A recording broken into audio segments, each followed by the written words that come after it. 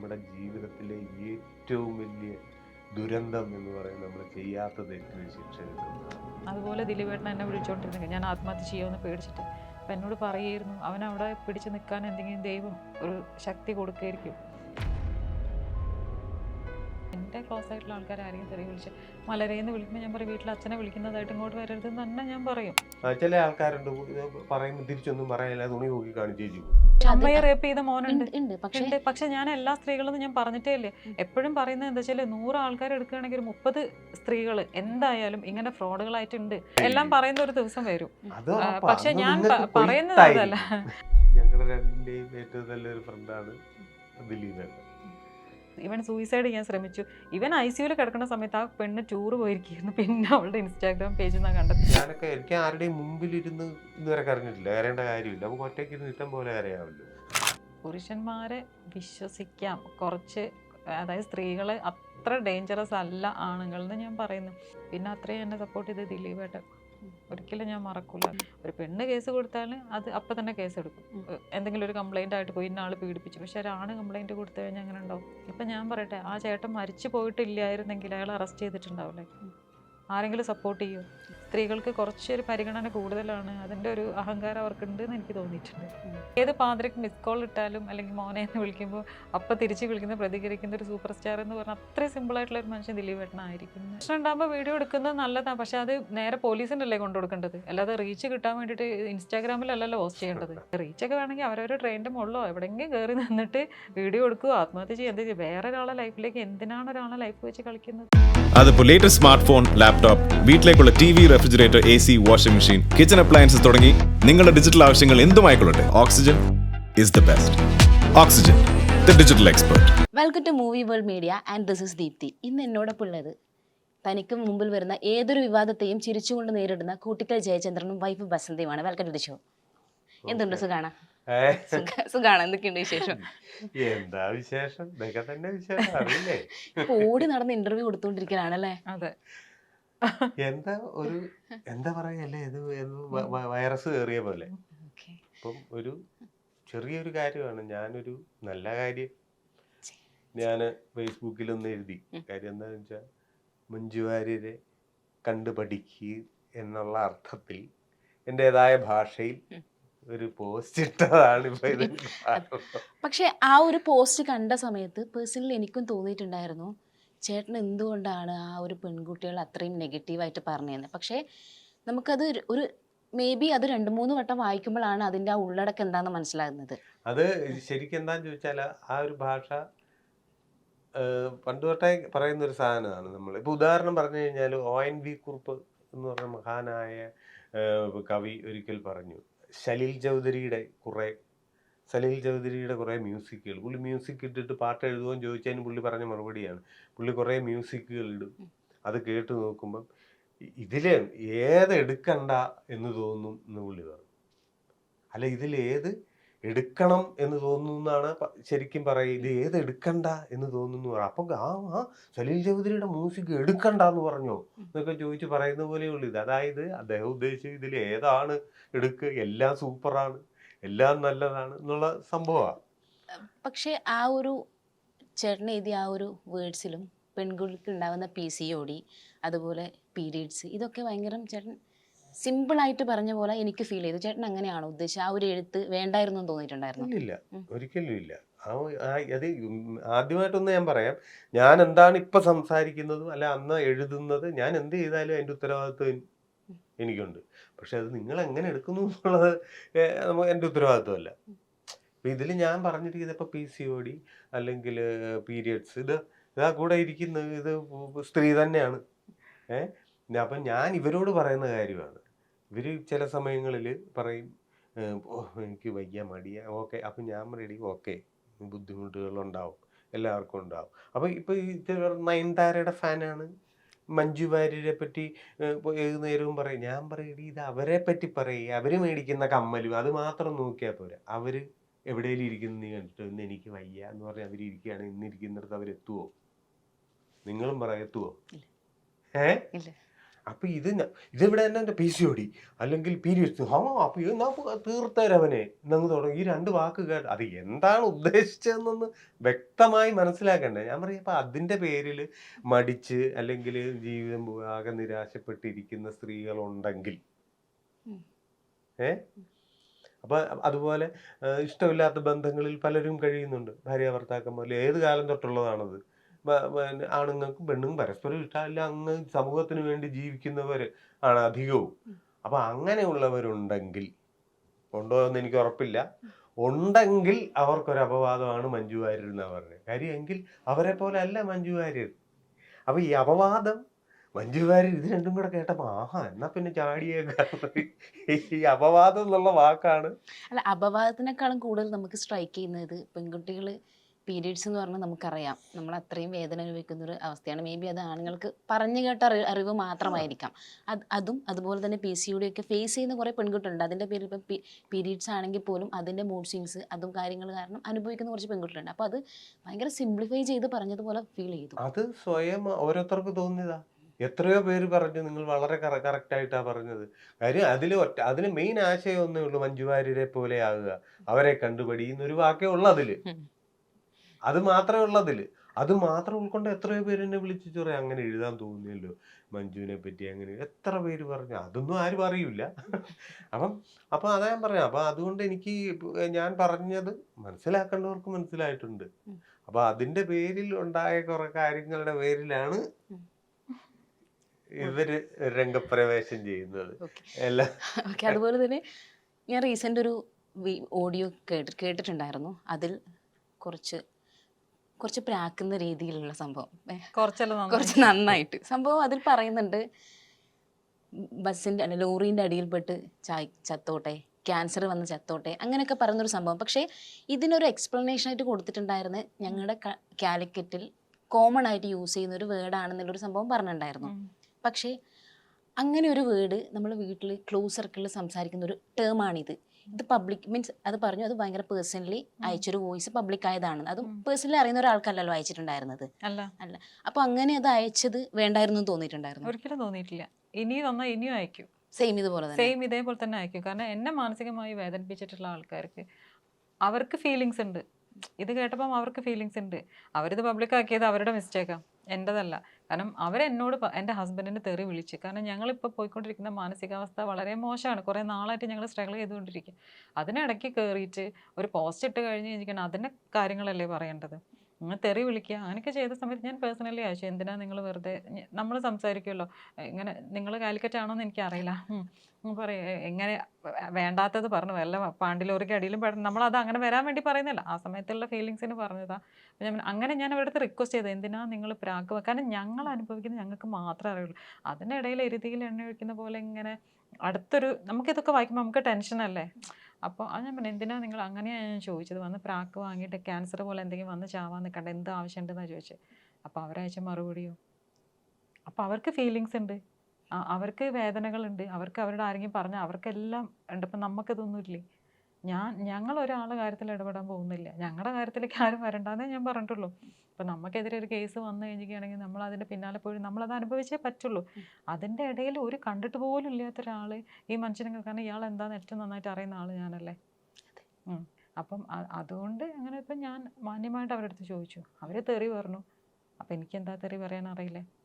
സംഭവം എന്ന് പറഞ്ഞാൽ ഇതിപ്പോ വന്നെന്താന്ന് ചോദിച്ചാൽ, ഇപ്പം നമ്മളിപ്പോ ആരാണെങ്കിലും എൻ്റെ ഫേസ്ബുക്ക് പോസ്റ്റുകൾ എടുത്ത് ആർക്ക് വേണേലും നോക്കാവുന്നതാണല്ലോ. നോക്കി ഒരിടത്ത് പോലും ഞാനൊരു വ്യക്തിയെ ആക്ഷേപിച്ചുകൊണ്ടോ രാഷ്ട്രീയമോ ജാതിയോ മതം പറച്ചിലോ ഒന്നുമില്ല, ഒരു കാര്യങ്ങളും പറഞ്ഞിട്ടില്ല. ഞാൻ പറയാനുള്ള കാര്യങ്ങളെ പറഞ്ഞിട്ടുള്ളൂ. ഇതിലും അതുപോലെ തന്നെ പറയുമ്പോൾ അതിനകത്ത് ഇപ്പോൾ ഉദാഹരണം പറയാം, ഈ ആൾക്കാർ ഇപ്പം നിങ്ങളോടിപ്പം ഞാൻ സംസാരിക്കുന്നു, അപ്പം എനിക്ക് പണ്ട് പറയുമായിരുന്നു ഉത്തരം മുട്ടുമ്പോൾ കൊഞ്ചനം കാണിക്കുക എന്നൊക്കെ പറയുന്ന ഒരു പേര് കേട്ടിട്ടുണ്ടോ?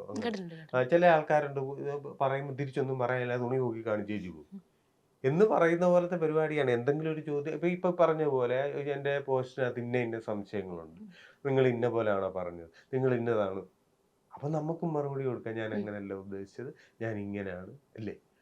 ഇത് ഒരു ബന്ധമില്ലാതെ വെറുതെ അങ്ങോട്ട് ഈ പറഞ്ഞ പോലെ തെറി. കാര്യം അവർക്ക് എന്താണെന്ന് വെച്ചാൽ ഇതിന്റെ മറുപടി പറയാൻ അവർക്ക് ഭാഷയില്ല. മനസ്സിലായില്ല. അവർ തോറ്റുപോയവരുടെ ഏറ്റവും വലിയ ലക്ഷണമാണ് ഈ ചീത്ത വിളിയും ബഹളവും ദേഷ്യവും ഒക്കെ. അവർക്കതല്ലാതെ അതിനെ പ്രതികരിക്കാൻ അറിയില്ല. അപ്പൊ അങ്ങനെ കേട്ടപ്പോൾ ഞാൻ ഇവനോട് പറയും അതിലൊന്നും വലിയ കാര്യമൊന്നുമില്ല. അല്ല ഞാൻ ആൾക്കാർ പ്രതികരിക്കും. കാരണം എന്താ വെച്ച് കഴിഞ്ഞാൽ പഴയ കാലം എന്നല്ല, എനിക്കങ്ങനെ എൻ്റെ വീട്ടിൽ അച്ഛനെയോ അല്ലെങ്കിൽ ബ്രദറിനെയോ അല്ലെങ്കിൽ ചേട്ടനെയോ ആരാണെങ്കിലും എൻ്റെ ക്ലോസ് ആയിട്ടുള്ള ആൾക്കാരെ ആരെങ്കിലും തെറി വിളിച്ച് മലരേന്ന് വിളിക്കുമ്പോൾ ഞാൻ പറയും വീട്ടിൽ അച്ഛനെ വിളിക്കുന്നതായിട്ട് ഇങ്ങോട്ട് വരരുതെന്ന് തന്നെ ഞാൻ പറയും. പിന്നെ എന്താ വെച്ച് കഴിഞ്ഞാൽ ഞാൻ PCOD ഉള്ള ആളാണ്. PCOD അറിയാലോ, സ്ട്രെസ്സ് കൂടുന്നതിനനുസരിച്ച് അതിൻ്റെ സിംറ്റം കൂടിക്കൊണ്ടിരിക്കും. അപ്പം ഞാൻ ഈ ഓടിക്കൊണ്ടിരിക്കുന്ന സമയത്ത് എനിക്ക് ബ്ലീഡിങ് ആയിട്ട് നിൽക്കാതെ ബ്ലീഡിങ് ഉള്ള സമയത്ത് ഞാൻ ഓടിക്കൊണ്ടിരുന്നു നട്ടപ്പൊരിഞ്ഞ വെയിലത്ത്. കാറ് ഒന്നുമില്ല, കാറ് വണ്ടികളുണ്ട് പക്ഷെ ഓടിക്കാൻ ആളില്ല, ഞാൻ ഒറ്റയ്ക്കാണ് പോയിക്കൊണ്ടിരുന്നത്. അപ്പം എനിക്ക് എല്ലാം മറന്നിട്ട് ഞാൻ അതിൻ്റെ പിന്നാലെ ഞാൻ അനുഭവിച്ച കുറേ കാര്യങ്ങളുണ്ട്. അപ്പോൾ PCOD ഒന്നും ഒരിക്കലും സ്കാനിങ്ങിന് എല്ലാത്തിനും എൻ്റെ കൂടെ വരുന്ന ആൾ തന്നെയാണ് ചേട്ടൻ. പിന്നെ പറയുകയാണെങ്കിൽ അതിൽ 1-2 വാക്കുകളുണ്ട്. കരിങ്കോഴികളുമായിട്ട് അങ്ങനെ ഒരു സാധനമുണ്ട്. കരിങ്കോഴികളുണ്ട് ഇല്ല എന്ന് പറയാൻ പറ്റുമോ? കാരണം എന്താ വെച്ചാൽ നമ്മുടെ കാലിക്കറ്റിലുണ്ടായിരുന്ന ഒരു സ്ത്രീ 6 മാസമുള്ള കുട്ടീനെ കടലിൽ എറിഞ്ഞിട്ട് കാമുകൻ്റെ കൂടെ പോകാൻ വേണ്ടിയിട്ട്. അവരെ കണ്ടാണോ പഠിക്കേണ്ടത് അതോ മഞ്ജു വാര്യരെ കണ്ടിട്ടാണോ? അല്ല, പക്ഷേ ഈ ഒരു സ്റ്റേറ്റ്മെന്റ് കണ്ട സമയത്ത് പറഞ്ഞ ഈ വീഡിയോ ഞാൻ പല ഇന്റർവ്യൂസിലും ചേച്ചി ഈ ഒരു ഡയലോഗ് പറഞ്ഞ് ഞാൻ കേട്ടിട്ടുണ്ടായിരുന്നു. നമ്മൾ ഇപ്പോൾ റീസെൻ്റ് ആയിട്ട് പെൺകുട്ടികൾ കുറേ ആൾക്കാർ ചെയ്യുന്നത് നമ്മൾ കാണാറുണ്ട്. സെയിം പെൺകുട്ടികൾ ചെയ്യുന്ന തെറ്റ് തന്നെയാണ്, നമ്മളത് അംഗീകരിക്കില്ല. പക്ഷെ സെയിം ടൈം ഇതുപോലെ ചെയ്യുന്ന കുറേ ആണുങ്ങളും ഉണ്ട്. പറയുന്നത് എന്താ വെച്ചാൽ 100 ആൾക്കാർ എടുക്കുകയാണെങ്കിൽ ഒരു 30 സ്ത്രീകൾ എന്തായാലും ഇങ്ങനെ ഫ്രോഡുകളായിട്ടുണ്ട്. അതെൻ്റെ അനുഭവത്തിൽ നിന്നാണ് ഞാൻ പറഞ്ഞത്. എൻ്റെ അനുഭവം മാത്രമല്ല, ഇപ്പം നിങ്ങൾക്കാണെങ്കിൽ ഞാൻ ആ ഒരു വീഡിയോ ഇട്ടിട്ടുണ്ട്, അതിൻ്റെ താഴെ വരുന്ന കമൻസിൽ മെസ്സേജ് വന്നുകൊണ്ടിരിക്കുകയാണ്. 100 അല്ല 1008% നിങ്ങൾ പറയുന്നത് കറക്റ്റാണ്. പിന്നെ ഓരോ ബോയ്സൊക്കെ എനിക്ക് മെസ്സേജ് അയക്കുന്നുണ്ട്, ചേച്ചി ഞാൻ ഒരു പെൺകുട്ടിയായിട്ട് റിലേഷനിലായിരുന്നു, അവളുടെ പഠിത്തവും കാര്യങ്ങളൊക്കെ ഞാനാണ് നോക്കിക്കൊണ്ടിരുന്നത്, അവസാനം എന്നെ തേച്ചിട്ട് പോയി, ഞാൻ എന്ത് ചെയ്യണം എന്ന് പറഞ്ഞിട്ട്. ഇപ്പം തൊട്ട് മുന്നേ ഒരു ദിവസം ഞാൻ കസബ സ്റ്റേഷനിൽ പോകേണ്ട ആവശ്യമുണ്ട്. അവിടെ പോയപ്പോൾ ഒരു പയ്യൻ അവിടെ ഇരിക്കുന്നുണ്ട്. അപ്പോൾ പറയാം, ഒരു ഡോക്ടർ ഇവന് നല്ല പണി കൊടുത്തു, ഇവൻ സൂയിസൈഡ് ചെയ്യാൻ ശ്രമിച്ചു, ഇവൻ ICUവിൽ കിടക്കുന്ന സമയത്ത് ആ പെണ്ണ് ടൂർ പോയിരിക്കുന്നു. പിന്നെ അവളുടെ ഇൻസ്റ്റാഗ്രാം പേജിൽ നിന്നാണ് കണ്ടത്. ഇതൊക്കെ ഒരു സൈഡിൽ നടന്നുകൊണ്ടിരിക്കുന്നുണ്ട്. അപ്പം രണ്ടിലുണ്ട് നല്ലതും ചീത്തതും. ചേച്ചി ഇതുപോലെ തന്നെ പല ഇൻ്റർവ്യൂസും കാണുന്ന സമയത്ത് എനിക്ക് തോന്നിയിട്ടുണ്ടായിരുന്നു ചേച്ചി ഒരു സ്ത്രീ വിരോധിയാണോ എന്നുള്ളത്. കാര്യം പല ഇൻ്റർവ്യൂസിലും സ്ത്രീകൾക്ക് എഗെയിൻസ്റ്റ് ആയിട്ടാണ് കൂടുതൽ പറഞ്ഞുകൊണ്ടിരിക്കുന്നത്. അതെന്തുകൊണ്ടാണ്? ലൈഫിൽ അവർ എക്സ്പീരിയൻസ് ഇതുവരെ എന്നോടായിരുന്നു ഓരോരുത്തർ ചോദിച്ചത്, നിങ്ങൾ സ്ത്രീ വിരോധിയാണോ എന്ന്. ഇത് നേരെ തിരിച്ച് ഇങ്ങോട്ടായ. അല്ല, കൂടുതലും അങ്ങനെ പറയാറുണ്ട് പല ഇൻ്റർവ്യൂസിലും. സ്ത്രീകൾ ഒരു 100 ഒരു 30% സ്ത്രീകളെ വിശ്വസിക്കാൻ പറ്റില്ല, ഇതിലും കൂടുതൽ ആൺകുട്ടികളാണ് നമുക്ക് വിശ്വസിക്കാൻ പറ്റുന്നതെന്ന് പറയാറുണ്ട്. അത് ലൈഫിൻ്റെ എക്സ്പീരിയൻസിൻ്റെ ബേസിൽ പറയുന്നതാണ്. എനിക്ക് അമ്മ ഉണ്ട്, സിസ്റ്റർ ഉണ്ട്. അവർ എന്താ പറയുക, രണ്ടും ഒരേപോലെ തന്നെ എന്നെ എങ്ങനെ കെയർ ചെയ്ത് കൊടുക്കും. കാരണം എൻ്റെ വീട്ടിൽ എൻ്റെ സിസ്റ്റർ ഉണ്ടെങ്കിലും ഞാൻ അതിലും ചെറിയ കുട്ടിയാന്ന് വെച്ചാൽ അപ്പം അങ്ങനെ എന്നെ കൊണ്ട് നടക്കുന്ന ആൾക്കാർ അതിൽ കൂടിയാണ് വളർന്നു വന്നത്. അപ്പം എനിക്ക് ഞാൻ എല്ലാവരും ഭയങ്കരമായിട്ട് ട്രസ്റ്റ് ചെയ്യുന്ന ആളാണ്. ആരും കണ്ടു കഴിഞ്ഞാൽ അവരുടെ കാര്യത്തിൽ അങ്ങനെ എനിക്ക് നല്ലോണം പണി കിട്ടിയിട്ടുണ്ട്. നല്ല പണി 8-8 16ൻ്റെ പണി കിട്ടിയിട്ടുണ്ട്, മനസ്സിലായി. അപ്പം അതുകൊണ്ടാണ് ഞാൻ പറഞ്ഞത്, വെറുതെ പറഞ്ഞതല്ല. എന്നുവെച്ചാൽ ആണുങ്ങളുടെ അടുത്ത് പോയി ഏട്ടാ അത് അങ്ങനെയല്ല എങ്ങനെയെന്ന് പറഞ്ഞാൽ അവർക്ക് അങ്ങനെ ചതിക്കില്ല. പക്ഷെ കൂടെ നിന്ന് ഭക്ഷണം കഴിച്ചിട്ട് എല്ലാം കഴിഞ്ഞ് ചതിക്കും. ഇവർ മാത്രമേ ഉള്ളൂ ചിരിച്ചുകൊണ്ട് കഴുത്തിറക്കാന്ന് കേട്ടിട്ടില്ല. ഇവരത് ചെയ്യുന്നത് കൊണ്ടാണ് ഞാൻ പറഞ്ഞത്. ഇതിപ്പം ഇന്റർവ്യൂസിൽ പലപ്പോഴും പറയുമ്പോൾ നിങ്ങൾ പറയുന്നത് നമുക്കൊരു ക്ലാരിഫിക്കേഷൻ കിട്ടാറില്ല. സ്റ്റേറ്റ്മെന്റ്സ് പറയുമ്പോൾ ഇന്നതാണ് എന്നല്ലാതെ എന്താണ് എന്നുള്ള റീസൺ എനിക്ക് മനസ്സിലായിട്ടുണ്ടായിരുന്നില്ല. അങ്ങനെ സ്പെസിഫിക് എന്തെങ്കിലും റീസണിന്റെ ബേസിലാണ് ഒരുപാട് റീസൺസ്, പക്ഷെ എല്ലാം നമുക്ക് ഇങ്ങനെ പറയാൻ പറ്റില്ലല്ലോ. ഇതില് കാര്യം എന്ന് പറഞ്ഞാൽ നമ്മുടെ പ്രധാനപ്പെട്ട ഒരു കാര്യം, അത് നമ്മുടെ വ്യവസ്ഥിതിയുടെ ഒരു ഭാഗവും കൂടാണ്. നമുക്കതിപ്പോ പറയാൻ പറ്റില്ല. പക്ഷെ എല്ലാം പറയുന്ന ഒരു ദിവസം വരും. പക്ഷെ ഞാൻ പറയുന്നത് അതല്ല, ഇപ്പോഴും ഞാൻ പറയുന്നത്, എല്ലാരോടും ഞാൻ പറയുന്നത്, പുരുഷന്മാരെ വിശ്വസിക്കാം കുറച്ച്. അതായത് സ്ത്രീകള് അത്ര ഡേഞ്ചറസ് അല്ല ആണുങ്ങളെന്ന് ഞാൻ പറയുന്നു. മോശമായിട്ടുള്ള ആൾക്കാരുണ്ട്, മോശമായിട്ട് ഓരോ സിറ്റുവേഷനിൽ എൻ്റെ അടുത്ത് വരെ മോശമായിട്ട് പെരുമാറിയിട്ട്, പക്ഷെ നമുക്കറിയാം അത് എവിടെ നിർത്തണം എന്നുള്ളത് നമുക്ക് അറിയുന്നത് കൊണ്ട് പ്രശ്നം. അങ്ങനെയുള്ള കോഴികളുണ്ട്, അതല്ല അങ്ങനെയല്ല പറയാം, എല്ലാ ആണുങ്ങളും നല്ലത് എന്നല്ല പറയുന്നത്. പക്ഷേ സ്ത്രീകൾ അത്രയും ഡേഞ്ചറസ് അല്ല എന്നാ എനിക്ക് എൻ്റെ അനുഭവം വെച്ചിട്ട് പറയാം. മേ ബി എനിക്കതിന് ചിലപ്പോൾ ഒപ്പോസ് ചെയ്ത് പറയണമെന്ന് തോന്നുന്നു. എനിക്ക് പെണ്ണാണ്, പക്ഷെ എൻ്റെ അനുഭവം ഞാൻ ചേച്ചിന്റെ അനുഭവത്തിൽ പെൺകുട്ടികൾ അങ്ങനെ ഒരു എക്സ്പീരിയൻസ് ഉള്ളത് കൊണ്ട് അങ്ങനെയാണെന്ന് തോന്നുന്നു. പക്ഷെ എൻ്റെ എക്സ്പീരിയൻസിൽ എനിക്ക് സെയിം. ഞാൻ ഒറ്റ കാര്യം ചോദിക്കട്ടെ, നമ്മൾ ഈ അമ്മമാര് നമ്മൾ പറയല്ലോ, മാതൃത്വം എന്നൊക്കെ നമ്മൾ പറയല്ലോ, എത്ര ആണുങ്ങളുണ്ട് മക്കളെ ഭിത്തി കയറിന് കൊന്നിട്ട് കാമുകിയുടെ കൂടെ പോകുന്ന എത്ര ആണുങ്ങളുണ്ട്. പക്ഷെ സ്ത്രീകൾ അത് ചെയ്യുന്ന എത്ര എണ്ണാണ്. ഇപ്പൊ ഞാൻ പറയട്ടെ, കഴിഞ്ഞ ദിവസം ഒരു ന്യൂസ് വന്ന് 6 മാസമുള്ള കുട്ടീനെ കൊന്നു. എന്തിനാ? ലെസ്ബിയൻ ആയിട്ടുള്ള ഫ്രണ്ടിന്റെ കൂടെ പോകാൻ വേണ്ടിയിട്ട്. ഇവർക്ക് പോണെങ്കിൽ പോയാൽ പോരെ. പക്ഷേ ഭിത്തിക്കെറിഞ്ഞ് കൊല്ലുന്നതിന്റെ ഒരു സൈഡിൽ പെൺകുട്ടികളെ ക്രൂരമായി പീഡിപ്പിക്കുന്നത് നമ്മൾ ഉണ്ട്. കാണാറുണ്ട്. അതാ ഞാൻ പറഞ്ഞേ, ആണുങ്ങളെല്ലാരും നല്ലതെന്നല്ല. ഇപ്പൊ ഗോവിന്ദചാമി നല്ലതെന്നല്ല, അവനെ കിട്ടിയ കഴുത്തറുത്ത് കൊല്ലാനുള്ള ദേഷ്യം എനിക്കുണ്ട്. അങ്ങനെയുള്ള ആണുങ്ങളുണ്ട്, അതല്ല എന്നല്ല പറയുന്നത്. പക്ഷേ കൂടുതലും സ്ത്രീകൾ, ആണുങ്ങൾ കുറവാണ്. ഇപ്പൊ 100 എണ്ണം എടുത്താൽ ഒരു 10 എണ്ണം മോശം ഉണ്ടാവുള്ളൂ. ഏതെങ്കിലും സിറ്റുവേഷൻ ചിലപ്പം അങ്ങനെ ഉണ്ടായിട്ടുണ്ടാവും. പക്ഷെ അതല്ല, ഞാൻ എൻ്റെ ഒരു അനുഭവം വെച്ചിട്ട് വിശ്വസിച്ച കൂടെ നിന്ന് ചതിക്കുന്നത് അവർ മാത്രം. മറ്റവർ ചിലപ്പോൾ കാണിക്കായിരിക്കും, ഇത് കാണിക്കുക പോലും ഇല്ല. കാണിക്കാതെ നിങ്ങൾ എൻ്റെ കൂടെ നിൽക്കുക, നിങ്ങൾ എൻ്റെ ബെസ്റ്റ് ഫ്രണ്ടായിട്ട് നിൽക്കുക, ഞാൻ നിങ്ങളെ എല്ലാ കാര്യത്തിലും വിശ്വസിക്കുക. അങ്ങനെ ചതിക്കുന്നത് ആണുങ്ങളെക്കാൾ കൂടുതൽ പെണ്ണുങ്ങളാണെന്നാണ് ഞാൻ പറഞ്ഞത്. മനസ്സിലായോ? ഓക്കെ. എൻ്റെ അതുപോലെ ചേട്ടൻ്റെ ഒരു ഒരു ഭയങ്കര സ്ട്രഗിളിങ് ആയിട്ടുള്ളൊരു ജേണി ആയിരുന്നു നമ്മൾ കുറേ കാലമായിട്ട് കണ്ടുകൊണ്ടിരുന്നത്. അപ്പോൾ ചേട്ടൻ്റെ ഒരു 6.5 മാസക്കാലത്തെ ചേട്ടൻ്റെ ഒരു ലൈഫിനെ കുറിച്ച് ചേട്ടൻ പറഞ്ഞിട്ടുണ്ടായിരുന്നു. ഭയങ്കര സ്ട്രഗിളിങ് ആയിരുന്നു. പല പോയിന്റിലും എനിക്ക് സൂയിസൈഡ് ചെയ്യാൻ തോന്നിയിട്ടുണ്ടായിരുന്നു. 8 മാസം. 6 ആയിരുന്നില്ല, 8 8 മാസം. പക്ഷെ കൂടുതലും 6 എന്നുള്ള രീതിയിലാണ് നമ്മൾ 8 മാസം, കേട്ടുകൊണ്ടിരുന്നത്. 8 months. ആ ഒരു 8 മാസത്തെ ആ ഒരു ജേണി എങ്ങനെയായിരുന്നു ഓവർകം ചെയ്തത്? അതിനെ പറ്റിയൊക്കെ ഒന്നും പറയാതിരിക്കുക. അതിനെപ്പറ്റി പറയുമ്പോൾ നമ്മൾ അതിൻ്റെ ഒരു കഥ സിനിമ കാണുമ്പോഴത്തേക്ക് ഇന്റർവ്യൂല് തൊട്ട് കണ്ടിട്ട് കാര്യമില്ല, തുടക്കം തൊട്ട് പറയണം, എങ്കിലേ മനസ്സിലാവുള്ളൂ. എങ്കിലും ജീവിതത്തിൽ ഒരിക്കലും ഒരു നമുക്ക് ഉൾക്കൊള്ളാൻ പറ്റാത്ത, അല്ലെങ്കിൽ ഒരു നമ്മൾ നോർമലായ സൈക്കോ അല്ലാത്ത ഒരു മനുഷ്യന് ചിന്തിക്കാൻ പോലും പറ്റാത്ത ഒരു കാര്യം, അതിൻ്റെ പേരിൽ ഒരു സുപ്രഭാതത്തിൽ ഞങ്ങൾ ഒന്നിച്ച്, ഞാനിവിടെ പിന്നെ ഗൾഫ് ഷോയ്ക്ക് പോയി കഴിഞ്ഞാൽ അവിടെ ചെന്ന് കഴിഞ്ഞാൽ വിളിക്കും, എന്നിട്ടാണ് പോകുക. അപ്പം കൂട്ടുകാരന്മാർ പറയും അവിടെ ചെന്ന് കഴിഞ്ഞാൽ ഇവന് കാശ് വേണ്ട, സിമ്മ് മതി എന്ന് പറയും. അങ്ങനെ ഞങ്ങൾ കോണ്ടാക്ട് ചെയ്തുകൊണ്ടിരുന്ന ഞങ്ങൾ ഒരു ഒറ്റ നൈറ്റിലൊരു സമയത്ത് സ്പ്ലിറ്റായി പോവുക, വേറെ വഴിക്ക് പോവുക. പിന്നെ 8 മാസം കഴിഞ്ഞാണ് കാണുന്നത്. അതിപ്പം ഒരു വാക്കിലൊന്നും ഒതുങ്ങില്ല, അത് അനുഭവിച്ച് തന്നെ അറിയേണ്ട കാര്യങ്ങളാണ്. അങ്ങനെ കുറേ പേരുടെ സ്ഥാപിത താല്പര്യങ്ങളുടെ പേരിൽ ചെയ്ത ഒരു ക്രൂരത അതിൽ അനുഭവിക്കേണ്ടി വന്നു. ആഹാരവും ഒന്നും പറയണ്ട, വെള്ളം കുടിച്ചും പഴം തിന്നും ജീവിക്കാമെന്നൊക്കെ ഞാൻ പഠിച്ചു ആ 8 മാസം കൊണ്ട്. അങ്ങനെ ഒരുപാട് കാണാം. അതിനേക്കാൾ ഉപരി നമ്മൾ ചെയ്യാത്ത ഒരു കാര്യത്തിൻ്റെ ആ വേദന നെഞ്ചത്ത് കൊണ്ട് നടക്കുക എന്ന് പറയുന്നത്, ഞാൻ എപ്പോഴും ഇതിനു മുമ്പും പറഞ്ഞാണ്, അത് എല്ലാവരും അനുഭവിക്കുക തന്നെ വേണമെന്ന് ഞാൻ പറയും. സാധാരണ എല്ലാവരും ശത്രുക്കൾക്ക് പോലും വരുത്തല്ലേ എന്നാണ് പറയും. ഞാൻ പറയുന്നത് അത് അനുഭവിക്കുക തന്നെ ചെയ്യണം. എന്തുകൊണ്ടാണെന്നറിയാമോ? നമ്മുടെ ജീവിതത്തിലെ ഏറ്റവും വലിയ ദുരന്തം എന്ന് പറയുന്നത് നമ്മൾ ചെയ്യാത്ത തെറ്റിന് ശിക്ഷ കിട്ടുന്നതാണ്. ഇവിടെ ഓരോരുത്തർക്ക് ചെറിയ പരീക്ഷയ്ക്ക് 4 മാർക്ക് കുറഞ്ഞതിന് തൂങ്ങിച്ചാകുന്നു, ലിഫ്റ്റിക്ക് കിട്ടാത്തത് കൊണ്ട് ആത്മഹത്യ ചെയ്തു. അങ്ങനെയുള്ളവരൊക്കെ മനസ്സിലാക്കണം, ജീവിതത്തിലെ ഏറ്റവും വലിയ വേദന എന്ന് പറഞ്ഞാൽ ചെയ്യാത്ത തെറ്റിന് ശിക്ഷ അനുഭവിക്കുക. അതുകൊണ്ട് അത് അനുഭവിച്ച് തന്നെ അറിയണം. അപ്പോൾ ഏറ്റവും വലിയ വേദന എന്തെന്നറിയും, അതോടൊപ്പം അതുവരെ ഉണ്ടായിരുന്ന സന്തോഷത്തിൻ്റെ വിലയെ അറിയും. അതുവരെ ആ സംഭവം, ദൈവമേ എന്ത് നല്ല ലൈഫായിരുന്നു എന്ന് എനിക്ക് അപ്പോഴാണ് തോന്നിയത്. അപ്പം നമ്മുടെ ജീവിതത്തിൽ സന്തോഷമുണ്ട്, അതിലേക്ക് മാത്രം നോക്കുക, അപ്പോൾ അത് കാണും. അപ്പോൾ ആ ഒരു 8 മാസത്തിൽ കുറേ സ്ട്രഗിൾ ചെയ്ത സമയത്തും എങ്ങനെ പിടിച്ചു നിന്നിട്ടുണ്ടായില്ലേ? ചേച്ചീനെ ഓർത്തിട്ടാണോ പിടിച്ചു നിന്നിട്ടുണ്ടായിരുന്നത്? ഞാൻ എന്താന്ന് ചോദിച്ചാൽ, എനിക്ക് വേറെ കുറേ കാര്യങ്ങളുണ്ട്. ഒന്ന്, ഞാനത് ചെയ്തിട്ടില്ല. പിന്നെ അത് നമ്മൾ തെളിയിക്കണം. നമ്മൾ ഇന്നത്തെ കാലത്ത് എന്താ, ഒരാൾ ആത്മഹത്യ ചെയ്താൽ എന്താ പറയുക, അതിൻ്റെ പശ്ചാത്താപം കൊണ്ടുപോയി തൂങ്ങിച്ചെത്താന്നല്ലേ പറയുന്നത്. അപ്പം അത് പാടില്ല. ജീവിതത്തിൽ അതിന് സത്യം അറിയണം. അത് ഞാൻ ജീവിച്ചിരിക്കെ തന്നെ എനിക്കത് കാണണം എന്നുള്ളതൊക്കെ ഒരു സംഭവം. പിന്നെ എനിക്കെന്തോ ഒരു ധൈര്യം ഉണ്ടായിരുന്നു, ഇവർ ചെയ്യും എന്തെങ്കിലും. പക്ഷെ എന്നാലും എന്ത് ചെയ്യുന്നു, പെട്ടെന്നുണ്ടാകുന്ന ഒരു ആരോപണമല്ലേ. അപ്പോൾ എങ്ങനെ എടുത്തു, ഇവള് ജീവിച്ചിരിപ്പുണ്ടോ, നമുക്കൊരു ബന്ധവും ഇല്ലല്ലോ, ഒരു കണക്ഷൻ കിട്ടുന്നില്ലല്ലോ. അതൊക്കെ ഞാൻ പറഞ്ഞതല്ലേ, അത് നല്ല സുഖമാണ്, അനുഭവിക്കണം. ഞാനീ പറഞ്ഞ ഏതെങ്കിലും ഒരു കാര്യം കേൾക്കുമ്പോൾ അപ്പം തന്നെ ചാടി, നമ്മുടെ ആൾക്കാർക്കൊരു പ്രത്യേകതയുണ്ടല്ലോ, ആരെങ്കിലും ഒന്ന് പെട്ട് കഴിഞ്ഞാൽ പിന്നെ എല്ലാവരും ഡീസൻ്റാണ്. ഒരു തെറ്റും ചെയ്യും. സ്വന്തം വീട്ടിലെ വേസ്റ്റ് എടുത്ത് റോഡിലോട്ട് ഒരു തവണയിലും ഇടാത്ത ഒരാളും കാണില്ല. ഉണ്ടോ ഇല്ലയോ? പറയും. ആർക്കെങ്കിലും പറയാൻ പറ്റും? ചിലപ്പോൾ അറിയാതാണ് ആയിരിക്കാം.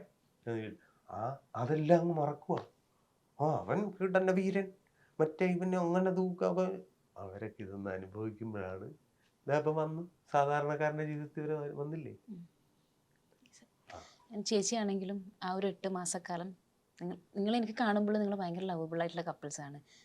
അത് ആ ഒരു അങ്ങനെയൊക്കെ കാണുമ്പോൾ നമുക്ക് ഫീൽ ചെയ്യുന്നുണ്ട്. കാര്യം ചേട്ടൻ ഇൻ കേസ് ചേട്ടന് പറയാത്ത എല്ലാ ഇൻ്റർവ്യൂസിലും പറയാറുണ്ട് ചേട്ടനേക്കാളും കൂടുതൽ ചേച്ചിയെ സംസാരിക്കുന്നത്. പക്ഷെ എനിക്ക് തോന്നിയൊരു കാര്യം എന്താ വെച്ചാൽ ഭയങ്കര സപ്പോർട്ടീവ് ആയിട്ടുള്ളൊരു വൈഫാണ്.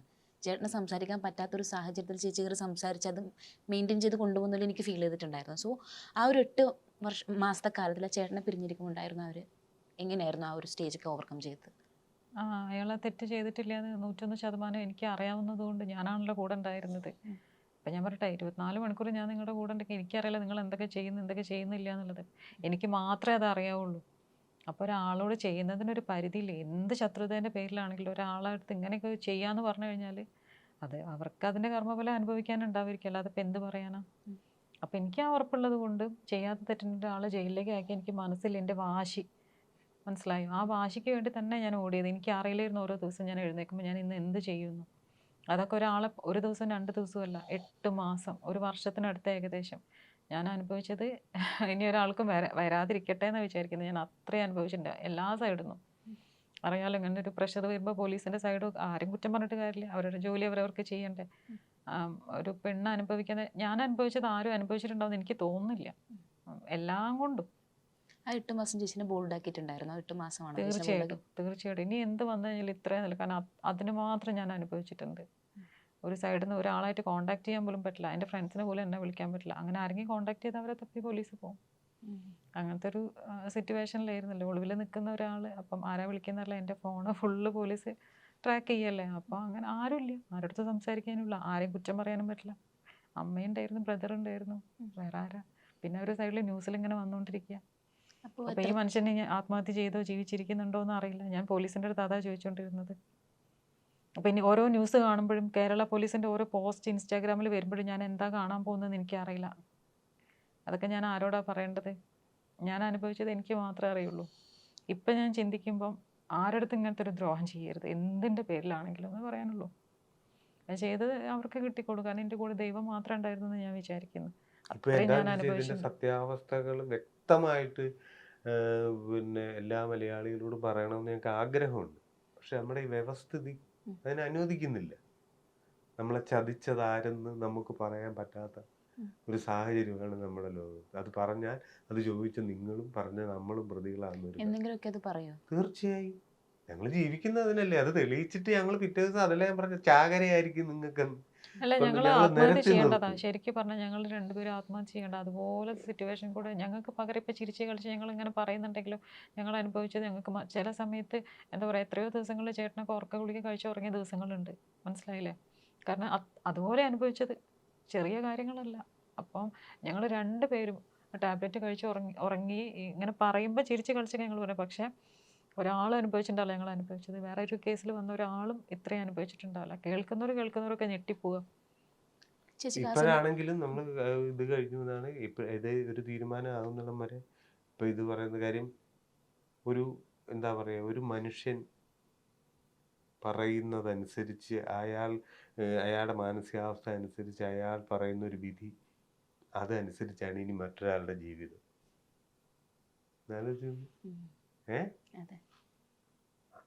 അത് നിസ്സാര കാര്യമല്ലത്. അപ്പം നമ്മൾ ദൈവത്തിന്റെ വിധി, ദൈവം പറയും, ഇതല്ല.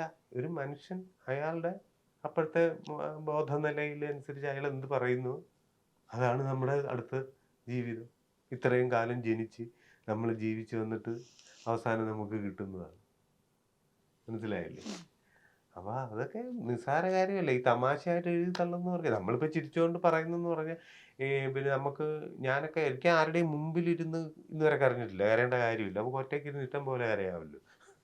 അപ്പോൾ അത് എനിക്ക് ഏറ്റവും വിഷമത എൻ്റെ കാര്യം മാത്രം എടുത്തല്ല, ഇതിൽ നിന്നാണ് ഞാൻ മനസ്സിലാക്കി എത്ര നിരപരാധികൾ ശിക്ഷ അനുഭവിക്കുന്നു എന്നുള്ള സത്യം ഞാൻ മനസ്സിലാക്കിയത്. അപ്പോൾ അവരുടെ ജീവന് യാതൊരു വിലയില്ലാതെ കമൻ്റ് ഇട്ട് രസിക്കുക എന്ന് പറയുന്നതേ, അവയന്മാർ എരന്ന് വാങ്ങുകയാണ് ശിക്ഷ. സത്യമാണ്. അല്ല ഇപ്പൊ നമ്മൾ ഈ മുമ്പേ പറഞ്ഞ രാഗമൊന്നുമല്ല. എവിടെയെങ്കിലും ഉണ്ടെങ്കിൽ നിങ്ങൾ അന്വേഷിച്ച് കണ്ടുപിടിച്ചു.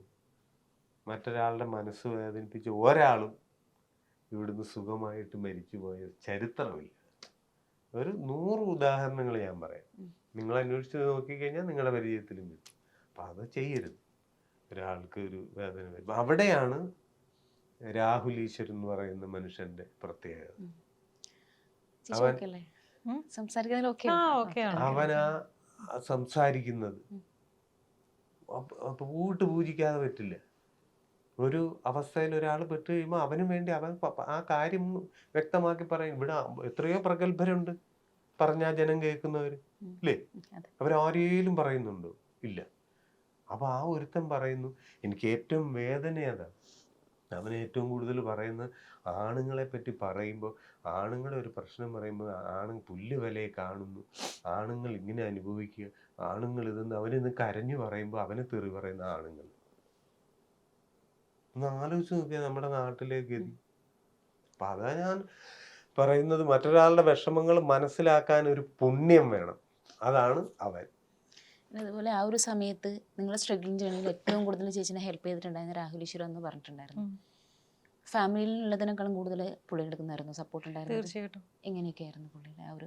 ഞാൻ കോണ്ടാക്ട് ചെയ്തിട്ടുണ്ടായിരുന്നു. അപ്പം മുന്നേ നമ്മൾ കണ്ടിട്ടും കേട്ടിട്ടൊന്നുമില്ല. അപ്പോൾ ആ സമയത്ത് ആരെ വിളിക്കണം എന്ന്, അപ്പം ഞാൻ വിളിച്ച സമയത്ത് എൻ്റെ അടുത്ത് പറഞ്ഞത്, നിങ്ങൾക്ക് എന്താവശ്യം ഉണ്ടെങ്കിലും ഏത് പാതിരാത്രിക്ക് വിളിക്കാം, ഞാൻ കാലിക്കറ്റ് വരണമെങ്കിൽ വരാം, 5 പൈസ നിങ്ങൾ ചിലവാക്കണ്ട, ടെൻഷൻ അടിക്കരുത്, ആത്മഹത്യ ചെയ്യുക അങ്ങനെ ഒന്നും ചിന്തിക്കരുത്, പിന്നെ ആൾ തിരിച്ചു വരും, നമ്മുടെ എല്ലാ സപ്പോർട്ടും ഉണ്ടാവുന്നു. അങ്ങനെ ആ സമയത്ത് അങ്ങനെ പറയാനൊരാളുണ്ടാവുന്നത് അത്രയും വലിയ കാര്യമല്ലേ.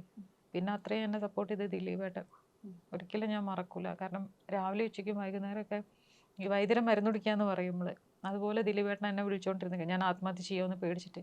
അപ്പം എന്നോട് പറയുമായിരുന്നു, അവനവിടെ പിടിച്ച് നിൽക്കാൻ എന്തെങ്കിലും ദൈവം ഒരു ശക്തി കൊടുക്കുമായിരിക്കും, നീ ഒന്നും ചെയ്യരുത് എന്ന് പറഞ്ഞാൽ അങ്ങനെ ഒരു സിറ്റുവേഷൻ ഉണ്ടായിരുന്നു കുറേ ദിവസങ്ങൾ പോയിക്കൊണ്ടിരിക്കുമ്പോൾ. അപ്പോൾ ഇവരെയൊന്നും ഒരിക്കലും എനിക്ക് മറക്കാൻ പറ്റില്ല എൻ്റെ ലൈഫിൽ.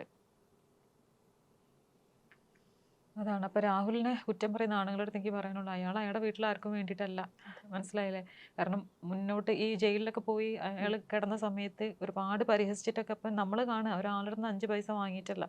അയാളുടെ ലൈഫിലെ എല്ലാ കാര്യങ്ങളും മാറ്റി വെച്ചിട്ടാണ് ഫാമിലീനെ ഒരു നേരം വീട്ടിലുണ്ടാവില്ല. ദീപ പറഞ്ഞു കേട്ടിട്ടുണ്ടായിരുന്നു. അവരത്രയും സപ്പോർട്ട് ചെയ്യുന്നത് കൊണ്ടല്ല അയാൾക്ക് ഇങ്ങനെ ഇറങ്ങി നടക്കാൻ പറ്റുന്നത്.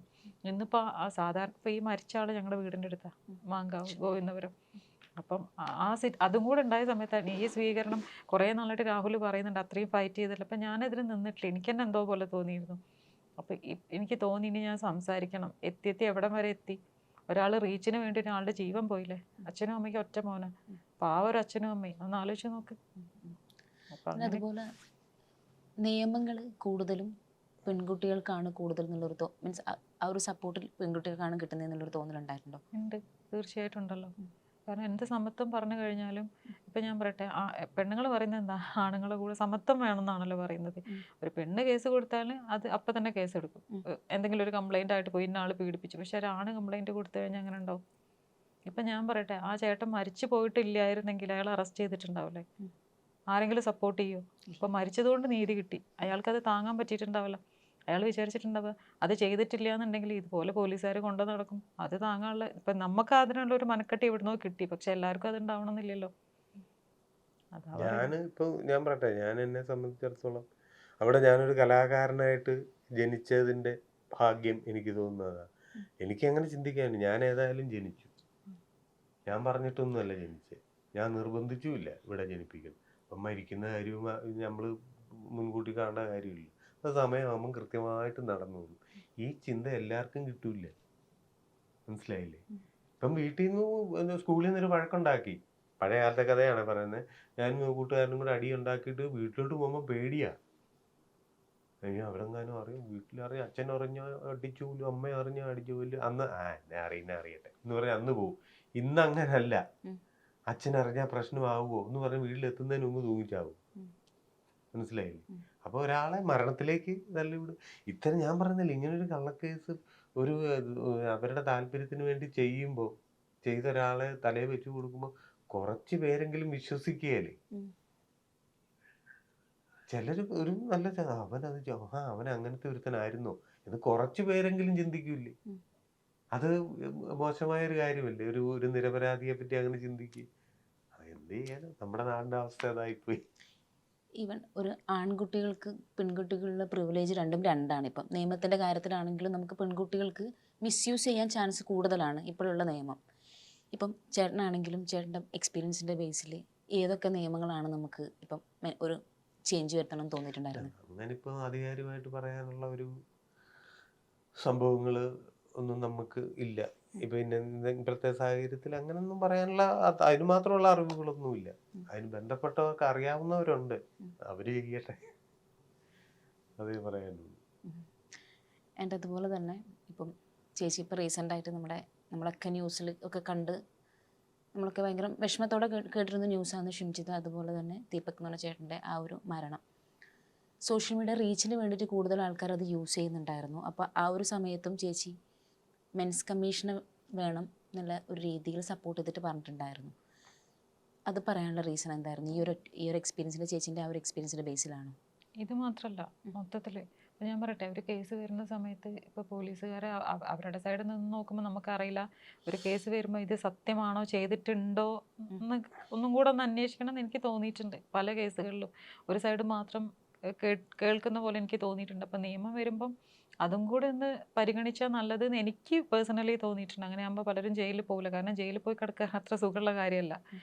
അതുവരെ മര്യാദയ്ക്ക് ജീവിച്ചിരുന്ന നല്ല ഫാമിലിയും കാര്യങ്ങളും അവരൊക്കെ നമ്മുടെ നാട്ടിൽ പറയില്ല, നാറിപ്പോകുന്നു കുടുംബം മൊത്തം എന്ന് പറയില്ലേ. ജയിലിൽ കിടന്ന പേര് അങ്ങനെ തന്നെയാണ്. ചെയ്തോ ഇല്ലേ എന്നൊക്കെ പിന്നീടല്ലേ. അപ്പം ഇതുപോലെ വന്നു കഴിഞ്ഞാൽ ആ സൈഡും കൂടെ അന്വേഷിക്കണം എന്നുള്ളൊരു തോന്നൽ. കാരണം ഞാൻ അനുഭവിച്ചപ്പോൾ എനിക്ക് തോന്നിയിട്ടുണ്ടായിരുന്നു, ഒന്നുകൂടെ കറക്റ്റ് അന്വേഷിച്ചിട്ട് തെറ്റ് ചെയ്തിട്ടുണ്ടോ എന്നുള്ളത്. അങ്ങനെ എനിക്ക് തോന്നിയിട്ടുണ്ട്. അപ്പം എന്താ ഓക്കെ, ഇപ്പം ചേട്ടൻ അഗെയിൻസ്റ്റ് ഇങ്ങനെ ഒരു പ്രശ്നം വന്നില്ലെങ്കിൽ ചേച്ചി മെൻസ് കമ്മീഷൻ വേണമെന്നുള്ളൊരു വാദമായിട്ട് വരുമായിരുന്നു? എന്നാലും കേസ് വന്നിട്ടില്ലായിരുന്നെങ്കിൽ പക്ഷേ തോന്നിയിട്ടുണ്ട് എനിക്ക്. രണ്ടും സ്ത്രീകൾക്ക് കുറച്ചൊരു പരിഗണന കൂടുതലാണ്, അതിൻ്റെ ഒരു അഹങ്കാരം അവർക്കുണ്ട് എന്ന് എനിക്ക് തോന്നിയിട്ടുണ്ട്. ഇപ്പം എന്തും ചെയ്യാന്നുള്ളൊരു ധൈര്യം ഇപ്പം അത് നല്ലോണം കൂടിയിട്ടുണ്ട്. അല്ലെങ്കിൽ ഈ പണി ചെയ്യൂലല്ലോ.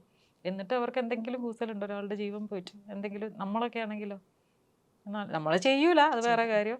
റീച്ചൊക്കെ വേണമെങ്കിൽ അവരവരുടെ ട്രെയിനിൻ്റെ മുകളിലോ എവിടെയെങ്കിലും കയറി നിന്നിട്ട് വീഡിയോ എടുക്കുക, ആത്മഹത്യ ചെയ്യുക, എന്ത് ചെയ്യും. വേറെ ഒരാളെ ലൈഫിലേക്ക് എന്തിനാണ് ഒരാളെ ലൈഫ് വെച്ച് കളിക്കുന്നത് എന്ന് ഞാൻ ചോദിക്കാനുള്ളത്. ചേച്ചി പറഞ്ഞു ചേച്ചിൻ്റെ ഏറ്റവും വേഴ്സ് സമയത്ത് ഏറ്റവും കൂടുതൽ ഹെൽപ്പ് ചെയ്ത ഒരാൾ ദിലീപേട്ടനാണെന്ന് പറഞ്ഞിട്ടുണ്ടായിരുന്നു. എൻ്റെ അതുപോലെ ചേട്ടൻ്റെ കാര്യത്തിൽ ദിലീപേട്ടനായിട്ടൊരു ഇഷ്യൂ ഉണ്ടായിരുന്നു. പാപ്പി അപ്പച്ചനുള്ള റോളൊക്കെ വെട്ടിച്ചുരുക്കിയിട്ടുണ്ടായിരുന്നു. ആ ഇഷ്യൂ എങ്ങനെയായിരുന്നു സോൾവ് ആയിട്ടുണ്ടായിരുന്നത്? അതങ്ങനെ സോൾവ് ആക്കേണ്ട ഇഷ്യൂ അങ്ങനത്തെ പ്രശ്നമൊന്നുമല്ല. അതിപ്പം ഈ പറയുന്നത് പോലെ തന്നെയാണ് ഓരോരുത്തർ പറയുന്നത്, എടാ അതാ മറ്റേ അങ്ങനെ ആവട്ടെ. ഞാനിപ്പോൾ നിങ്ങളെപ്പറ്റി ഇവള് പറഞ്ഞു കേട്ട് അല്ല ഞാൻ വിലയിരുത്തുക. എനിക്കൊരു ധാരണ ഉണ്ടാവും. ഇവരൊക്കെ ചിലപ്പോൾ നിങ്ങളെപ്പറ്റി പറയും, പലതും പറഞ്ഞെന്നിരിക്കും. പക്ഷെ ഞാൻ തീരുമാനിക്കും നിങ്ങളെ എങ്ങനെ കാണണമെന്ന്. അതുപോലെ ആ കാര്യത്തെ ഞാൻ എടുത്തിട്ടുള്ളൂ. പലരും പലതും പറയും, അങ്ങനെ സംഭവിച്ചിട്ടുണ്ടാവാം. എനിക്ക് വ്യക്തമായ അറിവുകളൊന്നുമില്ല. പക്ഷെ എന്തായാലും ജീവിതത്തിൽ ഞങ്ങളുടെ രണ്ടിൻ്റെയും ഏറ്റവും നല്ലൊരു ഫ്രണ്ടാണ് ദിലീപേട്ടൻ. അത് മാത്രമല്ല അദ്ദേഹം ചെയ്ത ക്യാരക്ടറുകൾ മാത്രമല്ല, അയാളുടെ ജീവിതത്തിൽ വേറെ ആർക്കും ചെയ്യാൻ പറ്റാത്ത ക്യാരക്ടറാണ് നമ്മളെ ജീവിതത്തിൽ ഏത് പാതിരക്ക് മിസ് കോൾ ഇട്ടാലും അല്ലെങ്കിൽ മോനെ എന്ന് വിളിക്കുമ്പോൾ അപ്പം തിരിച്ച് വിളിക്കുന്ന പ്രതികരിക്കുന്ന ഒരു സൂപ്പർ സ്റ്റാർ എന്ന് പറഞ്ഞാൽ അത്രയും സിമ്പിൾ ആയിട്ടുള്ള ഒരു മനുഷ്യൻ ദിലീപേട്ടനായിരിക്കും. കാരണം നോക്കിയത് പൊട്ടിച്ചു കൊടുക്കാമല്ലോ, ഫോൺ ഉണ്ടാവില്ല കയ്യിൽ, അതായത് ഒറ്റ അടി കൊടുക്കുക തലമണ്ട നോക്കിയിട്ട്. ബാക്കി പിന്നെയല്ലേ, എൻ്റെ നമ്പർ എടുത്ത് വെച്ചാൽ വിളിച്ചാൽ മതി. ഞാൻ എവിടെയാണെന്നുണ്ടെങ്കിൽ എൻ്റെ ആളല്ലോ അവിടെ. മേ ബി ഫസ്റ്റ് ഈ ഒരു വീഡിയോ എടുത്ത ഒരാൾ ചിലപ്പോൾ ചിന്തിച്ചിട്ടുണ്ടാവുക എനിക്കൊരു പ്രൂഫ് എന്നുള്ള രീതിയിലായിരിക്കാം. സോഷ്യൽ മീഡിയയിൽ ഇപ്പം എന്നെ ഒരാൾ ടച്ച് ചെയ്തു എന്ന് പറയുമ്പോൾ പെൺകുട്ടികളുടെ ഡ്രസ്സിങ്ങിന് അഗെയിൻസ്റ്റ് പറഞ്ഞാൽ ഡ്രസ്സ് ഇട്ടത് കൊണ്ടാണ് അങ്ങനെ ചെയ്യുന്നതെന്ന് പറയുന്ന ഒരു കൂട്ടം ആൾക്കാരുണ്ട്. അപ്പോൾ ആ ഒരു പെൺകുട്ടി ഫസ്റ്റ് ചെയ്ത ഒരു പെൺകുട്ടി ആ ഡ്രസ്സിൻ്റെ മീൻസ് അതിനൊരു പ്രൂഫ് എന്നുള്ള രീതിയിൽ കൊണ്ടുവന്നു. പക്ഷേ അത് പിന്നെയും റിപ്പീറ്റ് ചെയ്ത് പോകുന്നത് ഒരു ട്രെൻഡ് എന്നുള്ള രീതിയിൽ, റീച്ചിന് വേണ്ടിയിട്ടുള്ള രീതിയിലോട്ട് മാറി വന്നിട്ടുണ്ട്. അപ്പോൾ അങ്ങനെ വരുന്നത്, ഒരു വീഡിയോ എടുക്കുന്നത് ഒരു രീതിയിൽ നല്ലതല്ലേ? എങ്ങനെ വീഡിയോ എടുക്കുന്നത്? നമുക്ക് അഗെയിൻസ്റ്റ് ഉണ്ടാകുന്ന പ്രശ്നങ്ങൾ, ഒരു പ്രശ്നം ഉണ്ടാകുമ്പോൾ വീഡിയോ എടുക്കുന്നത് നല്ലതാണ്. പക്ഷെ അത് നേരെ പോലീസിൻ്റെ അല്ലേ കൊണ്ടു കൊടുക്കേണ്ടത്, അല്ലാതെ റീച്ച് കിട്ടാൻ വേണ്ടിയിട്ട് ഇൻസ്റ്റാഗ്രാമിലല്ലല്ലോ പോസ്റ്റ് ചെയ്യേണ്ടത്. അത്രേ ഉള്ളൂ. മനസ്സിലായില്ലേ? മനസ്സിലായില്ലേ? ഞാൻ സംസാരിക്കാതെ ഇവള് സംസാരിക്കുന്നതിന്റെ കാര്യം. ചേച്ചി കുറച്ചുകൂടെ ബ്രോഡായിട്ട് സംസാരിക്കുന്നു. അല്ല, ഞാൻ പറയട്ടെ, എനിക്ക് അങ്ങനെ സംഭവിച്ചാൽ ഞാനത് എടുത്തിട്ട് ഇൻസ്റ്റാഗ്രാമിലല്ല ഞാൻ പോസ്റ്റ് ചെയ്യാം. നേരെ അടുത്ത സ്റ്റേഷൻ ഏതാ അവിടെ കൊണ്ടുകൊടുക്കും. അവരല്ലേ തീരുമാനം എടുക്കേണ്ടത് അല്ലേ? അത്രേ ഉള്ളൂ. ഇത് നമ്മളിപ്പോ ഇപ്പൊ എന്താ ഞാൻ ദീപ്തി പിന്നെ ഇഷ്ടമില്ലാത്ത രീതി ഞാൻ ഇടപെട്ട് കഴിഞ്ഞാൽ എന്ത് ചെയ്യും? റിയാക്ട് ചെയ്യും ഓഫ് കോഴ്സ്. അത് തന്നെ ചെയ്താൽ അല്ല ഞങ്ങൾക്ക് ഞാനും മറ്റേ ഞങ്ങൾ സ്കൂളിൽ അങ്ങനെ ട്യൂഷനൊക്കെ കഴിഞ്ഞിട്ട് ഇങ്ങനെ പോകുന്ന സമയത്ത് ഒരുത്തൻ അവിടെ നിന്ന് ഇങ്ങോട്ട് നടന്നു വരുന്ന സമയത്ത് നമുക്ക് നോക്കിയാൽ മനസ്സിലാവും ഇവൻ തോണ്ടും എന്നുള്ളത്. അത് പെൺകുട്ടികൾ അന്നത്തെ ഒരു അപ്പം ഞങ്ങളിങ്ങനെ എടീ ശ്രദ്ധിച്ചോട്ടോ, അല്ല ഒന്നെങ്കിൽ മുണ്ട് പൊക്കി കാണിക്കും അല്ലെങ്കിൽ തോണ്ടും. അത് പ്രതീക്ഷിച്ചിട്ടാണ് പോകുന്നത്. ആ തോണ്ടിയെ ഞങ്ങളപ്പോൾ പ്ലാൻ ചെയ്തിരിക്കുന്നത് എല്ലാവരും കൂടെ ഉറക്കെ അയ്യോ നാട്ടുകാരെ ഓടി വരണേന്ന് അങ്ങനെ പറയണം. അങ്ങനെ തന്നെ ഞങ്ങൾ ജീവിച്ചത്. ആ തൻ്റെ ഇടം ഇപ്പോഴും ഉണ്ട്, മനസ്സിലായില്ലേ? അല്ലാതെ അന്നേ വരുന്നുണ്ട്, അന്ന് മൊബൈലില്ലെങ്കിൽ പോലും. പക്ഷെ അങ്ങനെ പ്രതികരിക്കാൻ അതുകൊണ്ട് ആരും അങ്ങനെ ഇടപെടാൻ ഒറ്റ ദിവസം ചെയ്യും, പിന്നെ അവൻ ചെയ്യൂല, ആ ഏരിയക്ക് പോലും വരൂല. ഞാൻ അങ്ങനെ എന്തെങ്കിലും ഉണ്ടെങ്കിൽ അങ്ങനെ പ്രതികരിച്ചിട്ടുണ്ട്. ഈ ട്രെൻഡ് ഏറ്റവും കൂടുതൽ സിനിമ ഫീൽഡിലാണോ ഉള്ളത്? ഈ ഒരു പബ്ലിസിറ്റിക്ക് വേണ്ടിയിട്ട് അലിഗേഷൻസ് വരുന്നത്. അത് ചോദിക്കാനുള്ള കാര്യം വീഡിയോ എടുക്കുന്നതും ഫേക്ക് അലിഗേഷൻസ് വരുന്നത്. ഫേക്ക് അലിഗേഷൻ ലൈക്ക് എന്താ വെച്ചാൽ ഇപ്പം ജയസൂര്യക്ക് അഗെയിൻസ്റ്റ്, മീൻസ് പിന്നെ നമ്മുടെ നിവിൻ പോളിക്ക് അഗെയിൻസ്റ്റ്. അല്ല, അറിയുന്ന ആൾക്കാരെ പറ്റി പറഞ്ഞിട്ടല്ലേ കാര്യമുള്ളൂ. അല്ലാതെ അപ്പുറത്തെ വീട്ടിലെ രാഘവൻ ചേട്ടനെ പറ്റി പറഞ്ഞിട്ട് എന്തെങ്കിലും കാര്യം ഉണ്ടോ? ഇല്ല. അപ്പൊ ഈ നീ പറഞ്ഞ പോലെ അപ്പുറത്തെ രാഘവൻ ചേട്ടന്റെ അടുത്ത് വരെ എത്തിയില്ലേ? എത്തി. ബസ് യാത്ര ചെയ്യുന്ന ആളുടെ അടുത്ത് എത്തിയില്ലേ? അത് നിങ്ങൾ പറഞ്ഞത് അവർക്ക് റീച്ച് കിട്ടണം എന്നുണ്ടെങ്കിൽ ഇന്ന ആള് എന്ന് പറഞ്ഞിട്ട് പറയുമല്ലോ. ഇപ്പൊ ഞാൻ തന്നെ ഇതിട്ട സമയത്ത് ആ പറയുന്ന ഫെമിനിസ്റ്റ് ആ ലേഡിയുടെ പേര് ഉൾപ്പെടെ കുറെ യൂട്യൂബ് ചാനൽ പറഞ്ഞിട്ടുണ്ടായിരുന്നു ഇന്ന ആളുടെ വൈഫ്, എൻ്റെ ചേട്ടൻ്റെ പേര് വെച്ചിട്ട് ഇന്ന ആൾ. പക്ഷെ അവരറിയണമെങ്കിൽ അവർക്ക് കലാപരമായിട്ട് കഴിവൊന്നുമില്ല, അവർക്ക് ഫേമസ് ആവണമെന്നുണ്ടെങ്കിൽ ഇങ്ങനെ തെറി പറയണം, അത് അവർ ചെയ്തോട്ടെ, അത്രയും ഞങ്ങൾ വിചാരിക്കുന്നുള്ളൂ അല്ലേ? അതാണ്. മറ്റേ ജീവിതങ്ങൾ വെച്ച് കളിക്കരുത്, അത് ദോഷമാ. അവരവർക്കും ദോഷം ചെയ്യും, ചെയ്തവർക്കും ദോഷമാവും, എല്ലാവർക്കും ആവും. ജീവിതങ്ങൾ വെച്ച് കളിക്കരുത്. ഓക്കെ, അപ്പോൾ നമ്മൾ ഇത്രയും സമയം കുറേ സംസാരിച്ചല്ലേ? ഞാൻ ശരിക്കും പ്രിപ്പയർ ചെയ്യുന്നതിനേക്കാളും കൂടുതൽ നമ്മളൊരു ഫാമിലിയിൽ ഉള്ളവരോട് സംസാരിക്കുന്ന പോലെ എനിക്ക് ഫീൽ ചെയ്തിട്ടുണ്ടായിരുന്നത്. അപ്പോൾ നിങ്ങളുടെ ഈ ഒരു ലവും സപ്പോർട്ടും ഇനിയും ലൈഫ് ലോങ് ഉണ്ടാകട്ടെ. ആൻഡ് അതുപോലെ നിങ്ങൾ കടന്നുപോയി ഈ ഒരു ജേണി കടന്നുപോയി കുറേ ആൾക്കാരുണ്ടാവും. അപ്പോൾ നിങ്ങളുടെ ഈ ഒരു അപ്പോൾ നിങ്ങളുടെ ഈ ഒരു പറഞ്ഞു കുറച്ച് കാലങ്ങൾക്ക് ശേഷം നമുക്ക് എല്ലാവർക്കും ഒരു നല്ല കുറേ ന്യൂസുകൾ കേൾക്കാനൊരു ഭാഗ്യം ഉണ്ടാകുമെന്ന് ചേട്ടൻ പറഞ്ഞിട്ടുണ്ടായിരുന്നു.